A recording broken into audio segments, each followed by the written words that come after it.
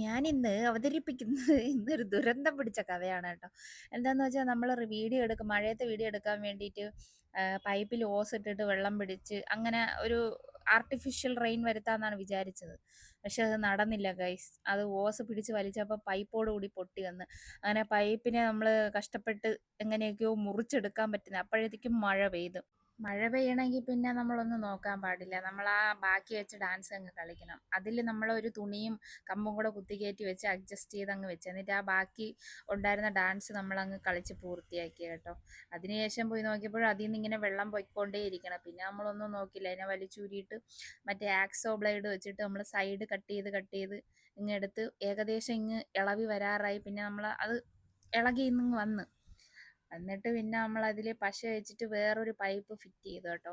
പക്ഷേ ഈ പൈപ്പൊക്കെ ഇങ്ങനെ ഫിറ്റ് ചെയ്യണേന്നൊക്കെ പറയുമ്പോൾ ഭയങ്കര ഒരു സന്തോഷം. അപ്പോഴത്തേക്കും ഭയങ്കര രാത്രിയായി. നമ്മൾ 4 മണിക്ക് എന്തോ തുടങ്ങിയ, 4 അല്ല 5 മണിക്ക് തുടങ്ങിയ പ്രയാണമാണ്. 7 മണി വരെ ഇതായിരുന്നു. അങ്ങനെ വെള്ളമൊക്കെ വന്ന് നമുക്ക് ഭയങ്കര സന്തോഷമായി.